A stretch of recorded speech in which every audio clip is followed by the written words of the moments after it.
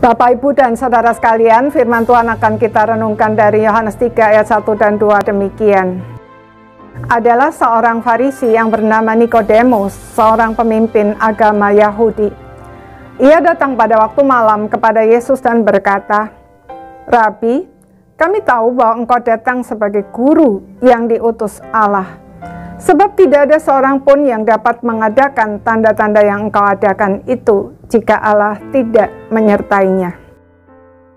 Saudara-saudara sekalian, berguru kepada seorang yang sudah jelas hebat itu mudah, tetapi bisa melihat nilai luhur di balik penampilan yang bersahaja membutuhkan kerendahan hati dan kebesaran jiwa.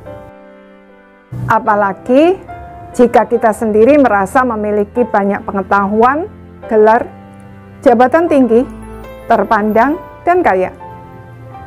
Nikodemus adalah seorang Farisi dan pemimpin agama Yahudi yang pada saat itu sangat dihormati.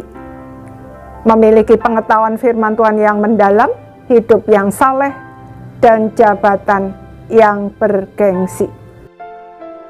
Namun dia bisa melihat nilai luhur di dalam diri Tuhan Yesus yang saat itu dikenal sebagai anak tukang kayu dari Nazaret, sebuah kota kecil yang berada di wilayah Galilea. Pada umumnya, orang Yahudi memandang rendah orang yang berasal dari Galilea, apalagi Nazaret. Nathanael, salah seorang yang kemudian menjadi murid Tuhan Yesus saja, ketika pertama kali mendengar kesaksian dari Filipus tentang Tuhan Yesus, berkata dengan sinis, "Mungkinkah sesuatu yang baik datang dari Nazaret?" Tetapi Nikodemus bukan hanya melihat nilai diri Tuhan Yesus, melainkan juga melihat dia sebagai guru yang diutus Allah. Dengan kata lain, Nikodemus menempatkan Tuhan Yesus di atas dirinya. Saudara, kerendahan hati dan kebesaran jiwa Nikodemus membawa dia kepada pengenalan akan Tuhan Yesus, sehingga walaupun tidak terang-terangan mengaku sebagai murid Kristus, dia berani menyatakan kebenaran di depan orang-orang Farisi yang sedang berusaha menangkap Tuhan Yesus.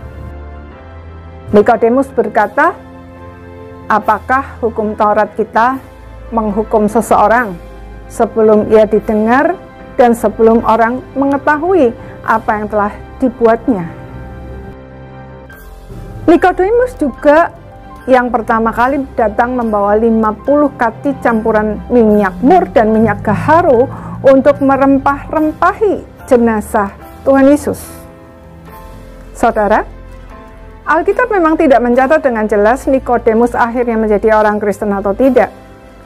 Tetapi kisahnya dicatat agar kita belajar bahwa kerendahan hati dan kebesaran jiwa merupakan kualitas penting yang harus kita miliki jika kita rindu menemukan banyak hal yang indah, yang mulia, serta bernilai kekal.